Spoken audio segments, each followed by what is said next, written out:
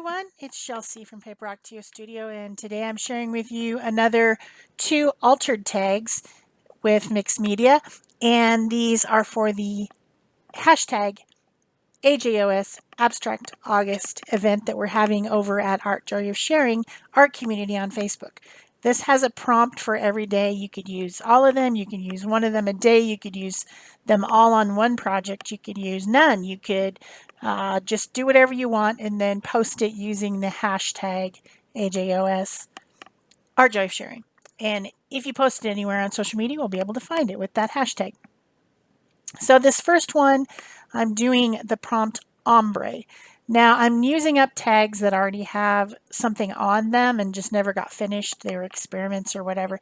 This one has some super heavy gesso on it, and then I used a skewer to scratch into the gesso and then let that dry, and there's some sort of paint on there. I don't know, probably watered down acrylic paint or something, but I'm going to change it. I want to change it. I am using the colors that are already on there to inspire what I'm going to do. What does ombre mean? Ombre generally means lightest to darkest, all blended together, usually the tints and tones of one color. And I'm kind of doing that. I'm doing lightest to darkest, but what I'm using is this iZinc Ice, which was introduced to me by Seth Apter, and he has it on his website, which I'll link below.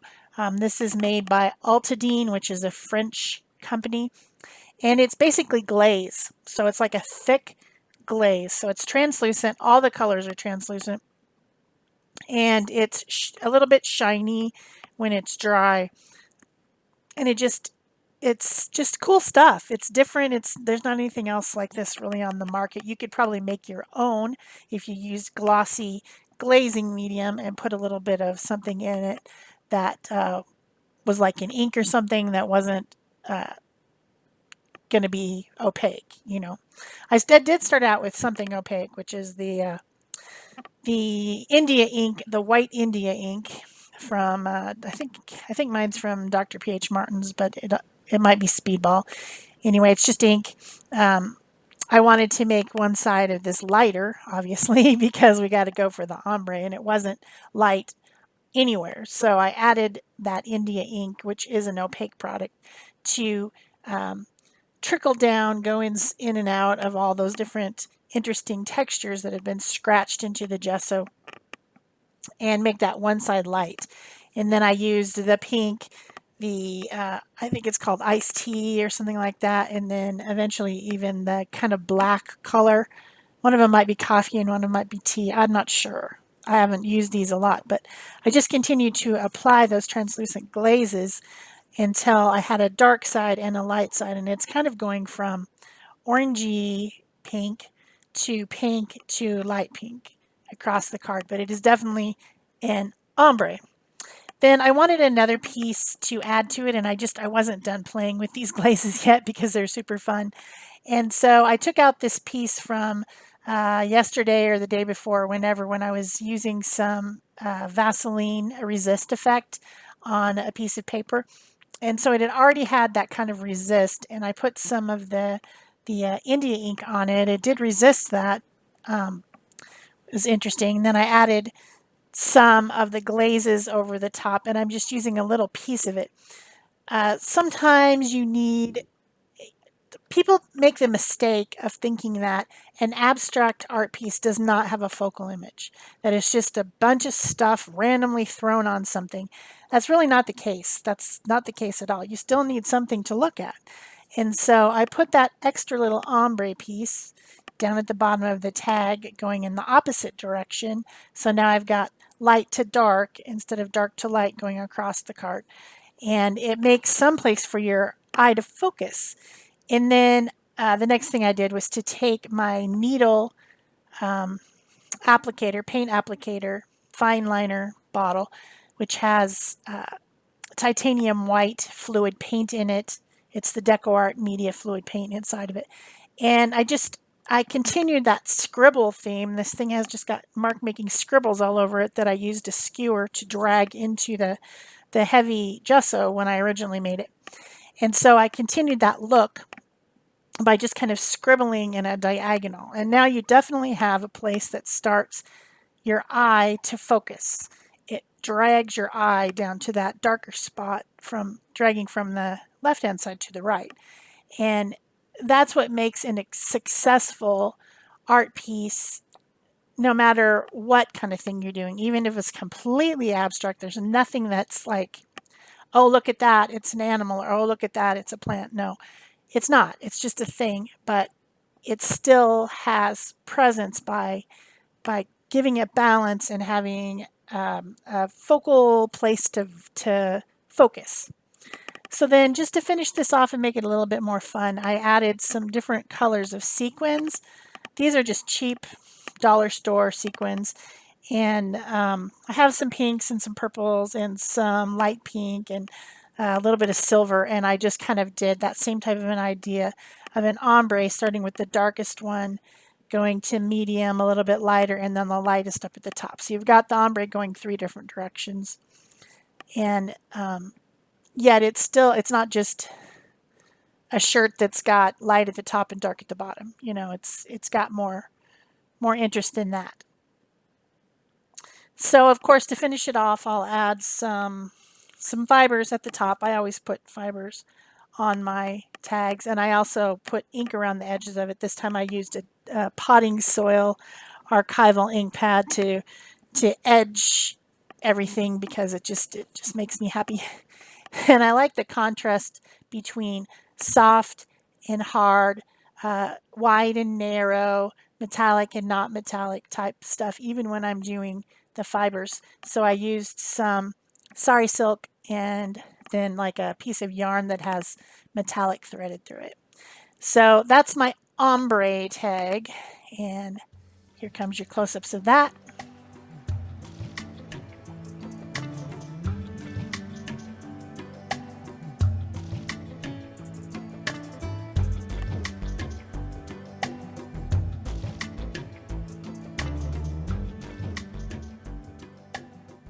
So then the next prompt that I'm doing in this video is torn. And I have a couple different tags here. One of them has alcohol ink on it, and it was I know that I made this when the ranger brought out those shimmery alcohol inks. They have really fun names like I can't even remember, but I remember I bought 3 colors, and all 3 colors are on here. There's a blue, a yellow, and a kind of reddish pink. And I just put them on the tag over some gesso, and then I put a piece of saran wrap over it, and I let it dry. And that makes an interesting pattern when you pull the saran wrap off. So that top tag is that. The bottom tag is one that had some gesso on it, and I scraped like a grid pattern in it, and then it has some magenta paint or something on it.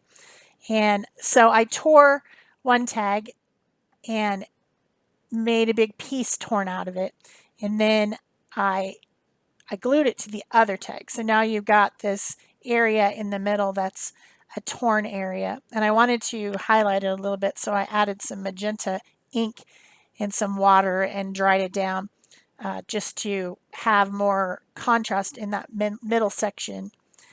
And then I'm taking some other pieces, just scraps of different papers. Most of it's deli paper. In fact, it might all be deli paper that has paint. And, you know, sometimes with a stencil, like that blue piece has some stencil bits on it.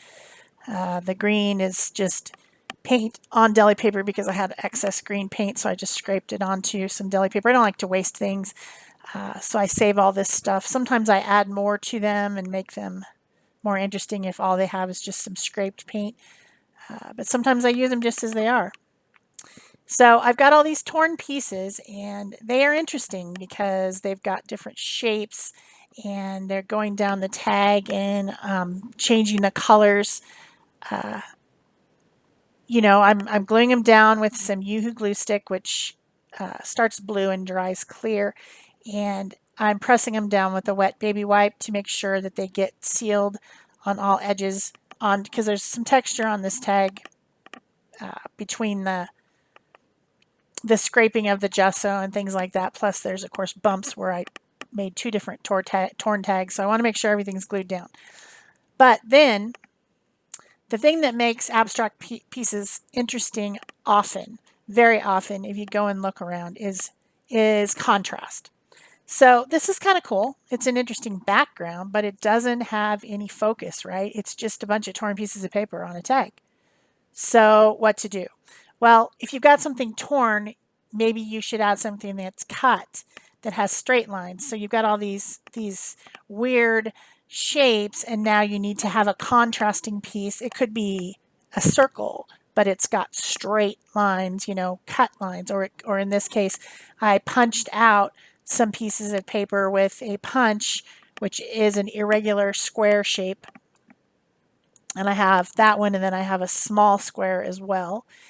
And by adding that line against the torn, so cut against torn, it suddenly becomes a lot more interesting.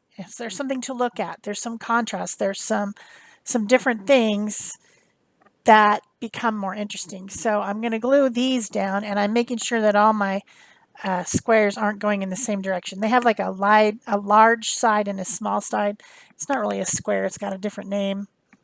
I don't know if that would be considered a parallelogram, maybe, because the sides aren't the same, but they're parallel.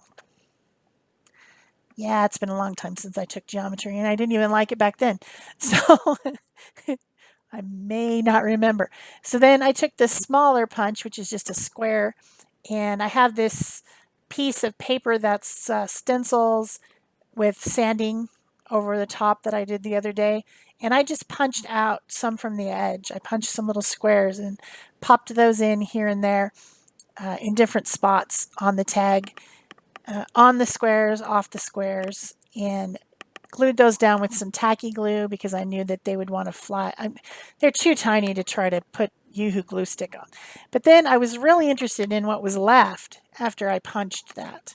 And I thought that would make an interesting exclamation point coming down the tag and having more of those little squares and giving that darker color contrast there, which gives your eye, again, something to look at, something to focus on. So it's got torn sides, so there's the torn again, but then it's got the contrast of the cut straight squares in it.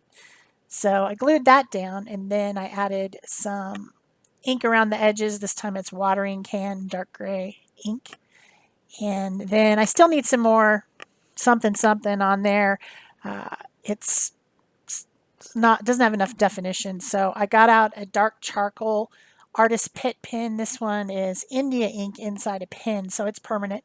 But you do have, on a sealed surface like this, you do have a few seconds in which you can blend it, either with your finger, or in my case, I like to blend it with a water brush. So this is the finest tip on a Pentel water brush, which has water in the handle. I can squeeze it to get a little bit of moisture on the tip, and then I can blend out everything. The other thing that I noticed about this tag is that some of the spots, some of it had shimmer because it was those alcohol inks with the mica in them. So the original tag had shimmer, but then the other pieces that I put on did not. So you're getting a contrast between this, you know, shiny matte, you know, more matte looking finish, a little bit shiny with this sparkle. And I decided I wanted to bump up that contrast by bringing in a shimmery product. And this is a brush pen that has some kind of shimmery ink in it. And I believe it's from Spectrum Noir Company. Of course, I'll look up the products I used and put the links below so that you can find them. And I just added more sparkle, which is hard to see on the video, but I did make a tiny video of it to try to show you, as well as the photos at the end. Then I added, again, some sari ribbon stuff, and then I found this piece of tulle, which is like a netting type stuff, in this bright yellow color, which worked perfectly, and I put that on as well. I hope you're enjoying this Abstract August series and all my videos. And I hope that you give me a thumbs up and leave me a comment or question below. Subscribe if you haven't already. Turn on your notification bells, people. Turn them on so you know there's a new video when you come to YouTube. And of course, you can pin this on Pinterest, share it on Facebook. All those things really help my channel, and I hope that you do them. That's it for me. Thanks. Bye-bye.